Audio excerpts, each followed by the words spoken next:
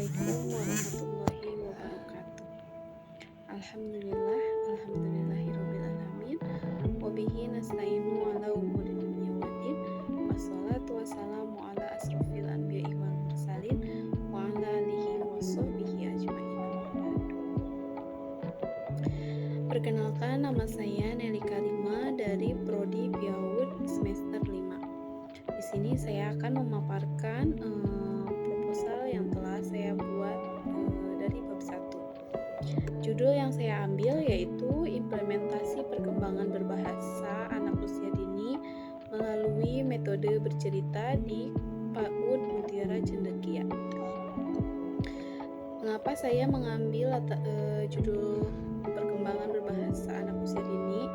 Jadi pendidikan anak usia dini dari 3 sampai 4 tahun, 3 sampai 6 tahun merupakan pendidikan formal yang menitik beratkan pada upaya menumbuh kembangkan kemampuan fisik, kecerdasan, emosional, sosial emosional, spiritual, bahasa, dan kreativitas peserta didik. Dalam kehidupan sehari-hari tidak dapat melepaskan diri dari bahasa, karena kemampuan bahasa dipelajari dan diperoleh anak secara ilmiah gitu ya. Nah, seperti beradaptasi dari lingkungan, berkomunikasi dengan orang-orang sekitar seperti itu. Maka dari itu, bahasa merupakan kemampuan untuk berkomunikasi dengan orang lain.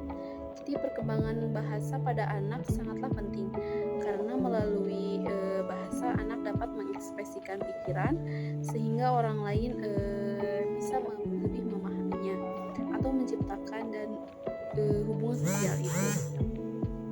Jadi, dalam menyajikan materi pelajaran ini dapat digunakan beberapa metode, tapi yang saya ambil yaitu metode bercerita, karena metode bercerita ini lebih mudah gitu ya dipahami oleh anak usia dini gitu. Nah, jadi ketika bercerita bisa saling berinteraksi atau bercakap-cakap gitu. Itu salah satunya bisa merangsang ke dalam perkembangan berbahasa anak usia dini. Oke, rumusan masalahnya dari latar belakang tersebut. Jadi saya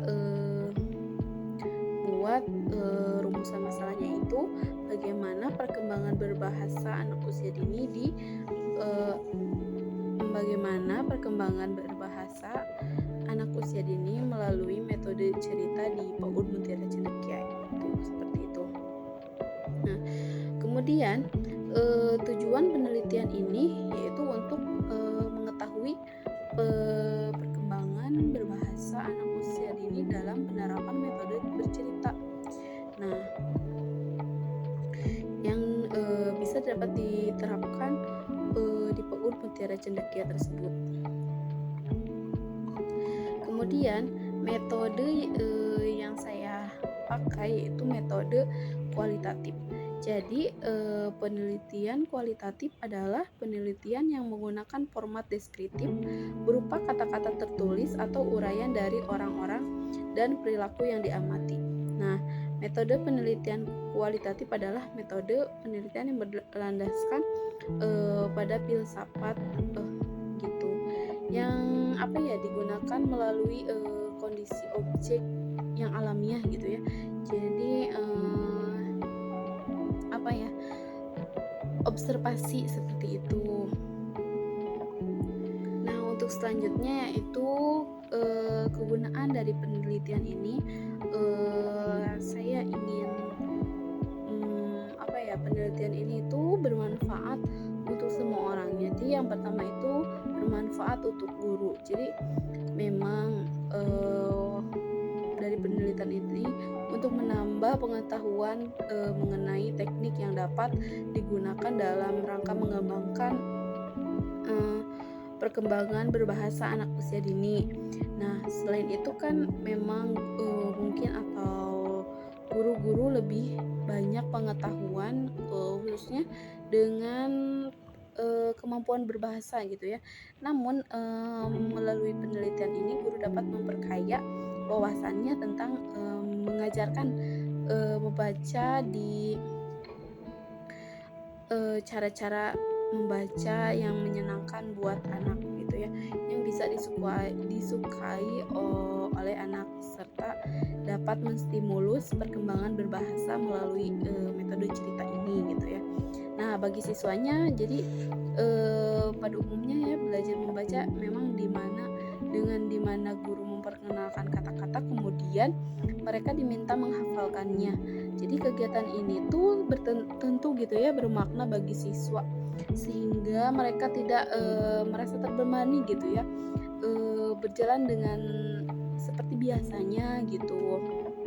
Tapi di apa ya, di pembelajaran itu ternyata banyak manfaatnya. Salah satunya bisa kita ketahui perkembangan berbahasa anak usia dini melalui bercerita ini seperti itu. Nah, bagi peneliti sendiri gitu ya, khususnya saya atau yang membaca gitu ya, bisa menerapkan dalam kehidupan sehari-hari gitu ya. Jadi tidak hanya ketika penelitian saja, tapi mudah-mudahan bisa menerapkannya di kehidupan sehari-hari, bisa bermanfaat gitu ya. Kemudian selanjutnya kerangka penelitian yaitu yang pertama kemampuan berbahasa anak usia dini. Selanjutnya ada perkembangan berbahasa melalui bercerita, metode bercerita, dan yang terakhir yaitu hasilnya dampak dari metode cerita tersebut yang berpengaruh untuk perkembangan bahasa tersebut seperti itu. Nah, selanjutnya metode dan langkah penelitian. Lokasi penelitian ini yaitu di PAUD Mutiara Cendekia yang berada di Kampung Kebon Kapas RT 01 RW 09 Desa Waluya Kecamatan Cicalengka Kabupaten Bandung. Nah, sifat penelitian ini adalah deskriptif kualitatif, yaitu penelitian yang bertujuan menggambarkan secara sistematis mengenai fakta-fakta yang ditemukan di lapangan yang bersifat verbal atau kalimat-kalimat fenomena gitu ya, dan tidak berupa angka-angka hitungan seperti itu. Jadi deskripsi penjelasannya tuh deskripsi yang mengarah kepada kesimpulan seperti itu. Nah, subjek dan penelitian ini yaitu kepada siswa dan guru di PAUD Mutiara Cendekia. Sedangkan objek penelitian ini adalah masalah yang ditelitinya. Jadi perkembangan yang diteliti objeknya tuh perkembangan berbahasa anak usia dini di PAUD Mutiara Cendekia, Cicalengka, Bandung seperti itu. Nah, teknik pengumpulan datanya yang saya gunakan tuh ada dua. Yang pertama observasi. Jadi metode observasi itu adalah salah satu pengamatan yang sengaja dan sistematis tentang fenomena dan gejala psikis dengan jalan pengamatan atau pencatatan seperti itu.